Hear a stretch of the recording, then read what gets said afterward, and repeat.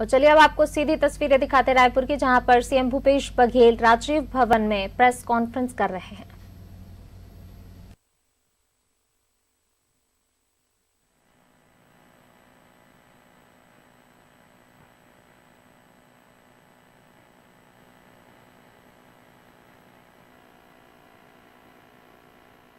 के लाभ के लिए बनाया गया कानून, जिसमें मंडी एक्ट को भी खत्म किया जा रहा है। दूसरा जो कॉन्ट्रैक्ट फार्मिंग, और तीसरा जो आवश्यक वस्तु अधिनियम को विलोपित करने के 3 कानून जो बने हैं, ये सीधा सीधा 62 करोड़ से भी अधिक किसान इस देश के जो अन्नदाता हैं उसके खिलाफ ये काले कानून है। इसका विरोध हम लोगों ने शुरू से ही किया। इससे किसानों का भला नहीं होने वाला है। यदि आप निजी क्षेत्र में यदि मंडी देना चाहते हैं, हम विरोध नहीं करेंगे, लेकिन एक कानून आप बना दीजिए, एक लाइन और जोड़ दीजिए कि कोई भी चाहे मंडी हो या मंडी के बाहर निजी मंडी हो या पैन कार्डधारी हो, वो समर्थन मूल्य से नीचे खरीदी नहीं करेंगे। और सरकार पूरे देश में समर्थन मूल्य में अनाज खरीदी की व्यवस्था करे। लेकिन केंद्र सरकार के हठधर्मिता, अनेक दौर के बैठक केंद्रीय मंत्रियों के साथ होने के बाद भी हजारों लाखों किसान सड़कों पे बैठे हैं। पानी की बौछार और अश्रु गैस लाठी चार्ज करने के बाद भी डटे हुए। इसका पूरा समर्थन कांग्रेस पार्टी ने अखिल भारतीय स्तर पर किया हुआ है। छत्तीसगढ़ में भी कांग्रेस पार्टी ने इसका समर्थन किया। साथ ही विधानसभा में भी हम लोगों ने विशेष सत्र बुलाकर ये मंडी अधिनियम है, इसमें जो हम अपने छत्तीसगढ़ के किसानों के हित में कर सकते थे वो हमने प्रस्ताव पारित किया। कांग्रेस पार्टी हमेशा किसानों के साथ खड़ी रही है। एक समय था जब देश में अनाज की कमी थी और इंदिरा जी के आह्वान पे पूरे देश के किसानों ने हरित क्रांति का आंदोलन चलाया, और आज स्थिति ये है कि पूरे देश के जनता को 3 साल तक के अनाज की आपूर्ति की जा सकती, इतना एफसीआई के गोडाउन में अनाज भरा है। ये मेहनत कश किसानों के वजह से हुआ है, और आज वही किसान आंदोलन करने के लिए मजबूर हैं, बाध्य हैं, क्योंकि अनाज की कोई कीमत नहीं मिल पा रहा है। बिहार में 700 और 800 रुपये क्विंटल में धान बिक रहा है। हमारे पड़ोसी राज्यों में भी 1000-1100 रुपये क्विंटल बिक रहा है। और ऐसी स्थिति में जब समर्थन मूल्य आप 1850 रुपया आपने प्रति क्विंटल किया हुआ है, तो फिर अन्नदाता 800 रुपये में कैसे बेच रहे हैं? जो कानून आप बना रहे हैं वो कानून 2006 में बिहार में पहले से लागू है। आपने वहाँ एपीएमसी कानून को समाप्त कर दिया, मंडी को समाप्त कर दिया, और सबसे बुरी हालत यदि कहीं है किसानों की तो बिहार में है। वहाँ 700 और 800 रुपये क्विंटल में धान बेच रहे हैं। तो यही हालत पूरे देश में होने वाला है। आज छत्तीसगढ़ में भारत सरकार कहती है कि समर्थन मूल्य का लाभ केवल 6% किसानों को मिलता है, जबकि हम दावे के साथ कह रहे हैं कि छत्तीसगढ़ में 94% किसानों को धान का समर्थन मूल्य मिल रहा है, मक्के का समर्थन मूल्य मिल रहा है, गन्ने का समर्थन मूल्य मिल रहा है, और यहाँ हमने खरीदी की व्यवस्था की है। भारतीय जनता पार्टी के शासनकाल में यदि 15 साल का एवरेज निकालें तो 50 लाख मीट्रिक टन से अधिक कभी खरीदी नहीं हुई, जबकि हमारे शासन में 80 लाख मीट्रिक टन पहले साल, दूसरे साल 83 लाख मीट्रिक टन धान खरीदा, और इस साल ये खरीदी 85 से 90 लाख मीट्रिक टन पहुंचने की संभावना है।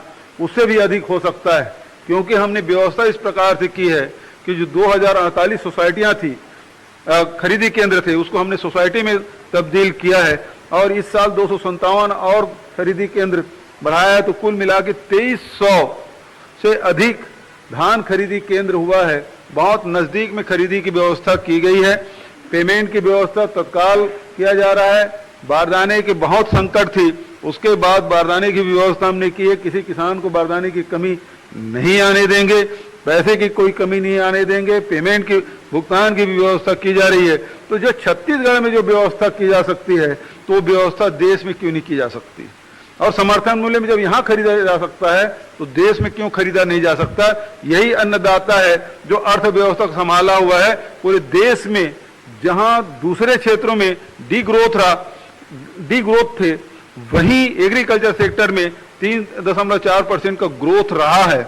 और यही एग्रीकल्चर सेक्टर है, जब हम किसानों को राजीव गांधी किसान न्याय योजना, गोधन न्याय योजना का पैसा दिया, लघु वनोपज खरीदी किया, तो पूरे देश में जहां मंदी का असर है, छत्तीसगढ़ में कोई मंदी का असर नहीं है।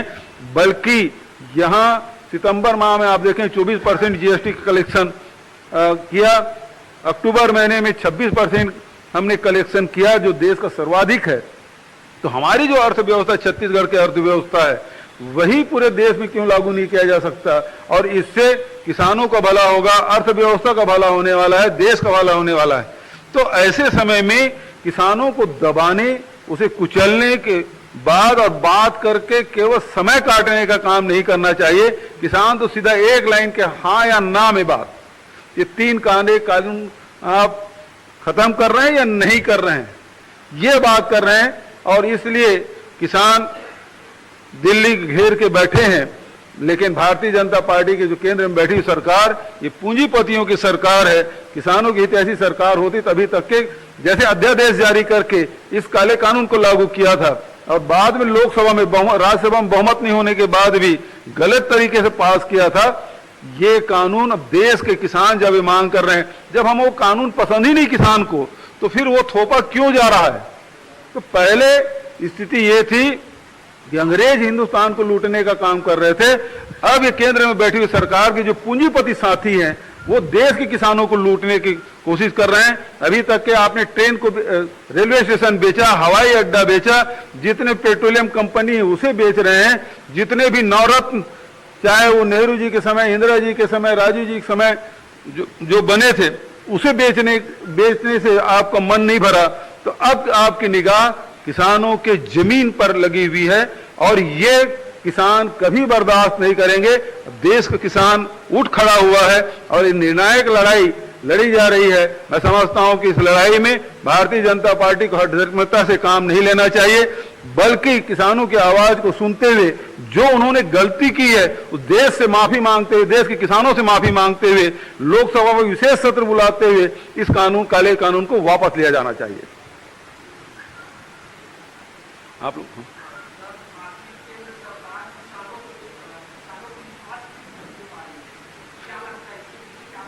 देखिए, सीधी सी बात है, ये जो कानून है इसकी मांग किसान संगठनों ने नहीं की थी, किसी किसान ने ये मांग नहीं की थी, न राजनीतिक संगठनों ने मांग की थी।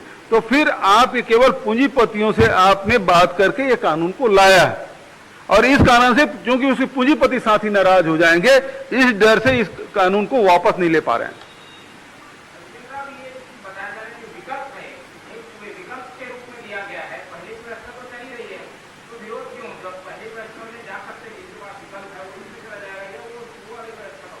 बिल्कुल सही आपने कहा, विकल्प है तो इसमें अब क्या होगा? शुरू में जो निजी क्षेत्र वाले हैं वो टैक्स नहीं लेंगे, कम आपके तौलाई उलाई में खर्चा आपका कम होगा, तो धीरे धीरे जो मंडी में जो किसान जा रहे थे वो जाना बंद कर जाएंगे, और बंद करेंगे तो जो सरकारी जो काम है वो ठप पड़ जाएगा, मंडियां बंद हो जाएगी। अब जब पूरी तरह से निजी मंडियों के ऊपर निर्भर हो जाएंगे किसान, तो उस समय जब चंगुल में फंस जाएंगे तो उसके बाद किसानों को निकलने का कोई रास्ता नहीं होगा, जो बिहार में हुआ। दूसरा उदाहरण मैं छत्तीसगढ़ का दूंगा, या देश के दूसरे राज्यों में जो हो रहा है, बहुत शब्द बाग दिखाया गया। बैंकिंग सिस्टम है, बैंक से ब्याज मिलता है, आप पैसा जमा करते हैं, बैंक से ब्याज मिलता है, 5 साल 7 साल में आपके पैसे दुगुना होता है, एफडी करते हैं तो। लेकिन चिट फंड कंपनी आए, उन्होंने कहा हम 3 साल में दुगुना कर देंगे। आपके पैसा इन्वेस्ट कर रहे हैं, उसको पैसा भी मिलेगा, ब्याज का पैसा मिलेगा, आपको किस्तों में देंगे। और लोगों ने क्या किया, जो अपनी गाड़ी कमाई में जो पैसा था, जो सरकारी नौकरी में थे, वो जो रिटायरमेंट के बाद जो पैसा मिलता उसको भी लगा दिए। जो किसान हैं वो जो अपनी उपज के जो पैसा उसको लगा दिए। बहुत सारे ऐसे किसान हैं जो अपनी जमीन बेचकर भी चिट फंड कंपनी में लगाया। 10 साल खूब पैसा यहाँ चला छत्तीसगढ़ में। यहाँ के पूर्व मुख्यमंत्री, पूर्व मंत्री सब लोग जाकर उद्घाटन करते थे, उसके परिवार के लोग उद्घाटन करते थे। आज चिटफंड कंपनी की क्या स्थिति है, सब पैसा लेके भाग गए। वैसी स्थिति बनेगी, किसानों के जमीन, किसानों के उपज के पैसे वो लेके निजी लोग भाग जाएंगे, फिर आप चक्कर लगाते रहिए, कोर्ट कचहरी करते रहिए। आज देश सुप्रीम कोर्ट में बना है चिटफंड कंपनियों का, उसकी कमेटी बना दी गई, लेकिन क्या किसी चिटफंड कंपनी का पैसा आज तक वापस हुआ? आज हम ये कह सकते हैं छत्तीसगढ़ में राजनांदगांव जिले में 16,000 किसानों का, हितग्राहियों का, इन्वेस्टरों का पैसा हमने वापस किया। कितनी मशक्कत करनी पड़ रही, 2 साल में हम 16,000 ही हितग्राहियों को पैसा वापस कर पा रहे हैं। तो ये स्थिति आने वाले भविष्य में होने वाला है, और इसलिए ये इस चंगुल से बचने के लिए ये विरोध किया जा रहा है।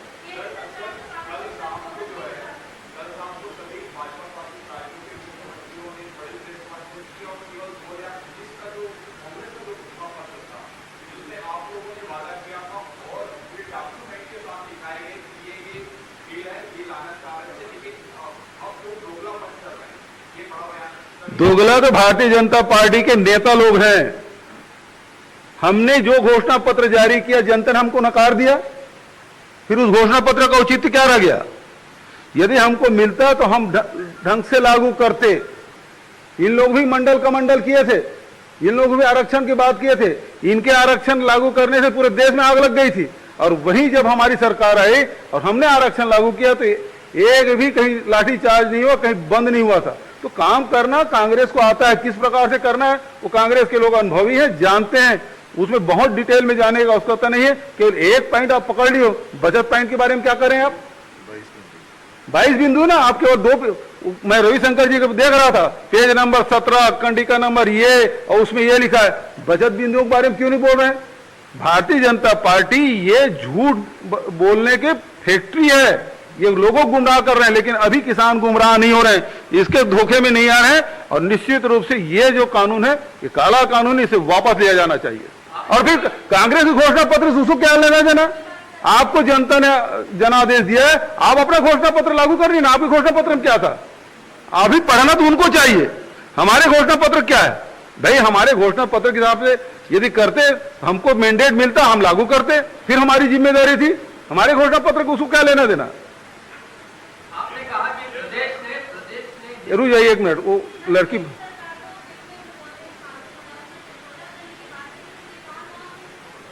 जी देख, किसान तो सीधा हाँ या ना में बात कर रहे हैं, यस और नो, इसके अलावा कुछ नहीं। तो इसमें संशोधन की कोई गुंजाइश नहीं है। हमको चाहिए कि नहीं?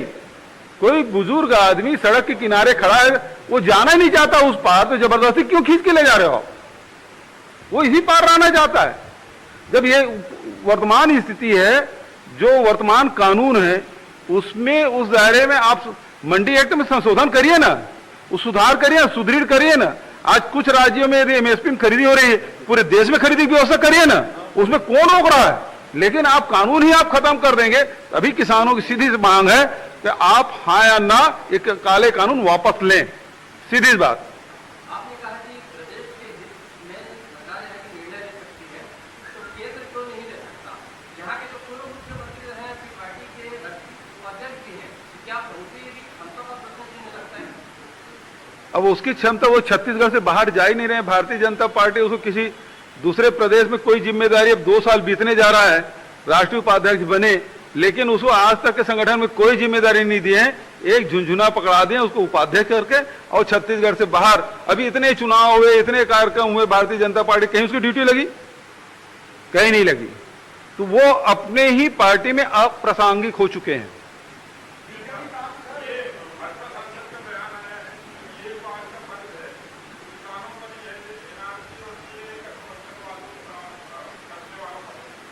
ये देखो, ये अंग्रेजों के समर्थक हैं और अंग्रेज जैसे लड़ाते थे पिछले समय।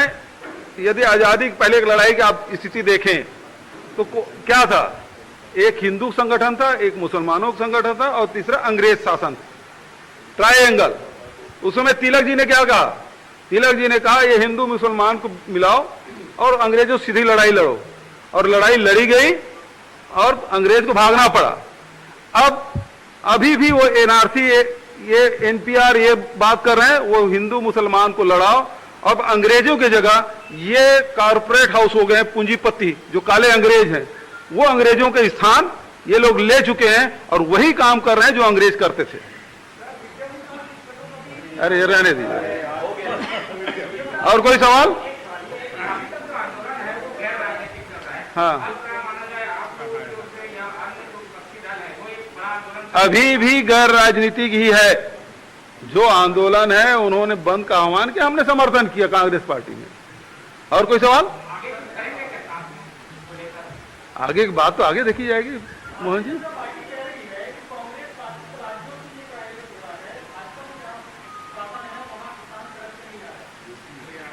हरियाणा में तो उसकी सरकार है, दिल्ली में तो उसके सहयोगी सरकार है, यूपी में तो उनकी सरकार है, एमपी में उनकी सरकार है। तो ऐसा नहीं, किसान तो सब जगह है और किसान आंदोलन है, पूरे देश के किसान इस मामले में एकजुट हो चुका है। धन्यवाद।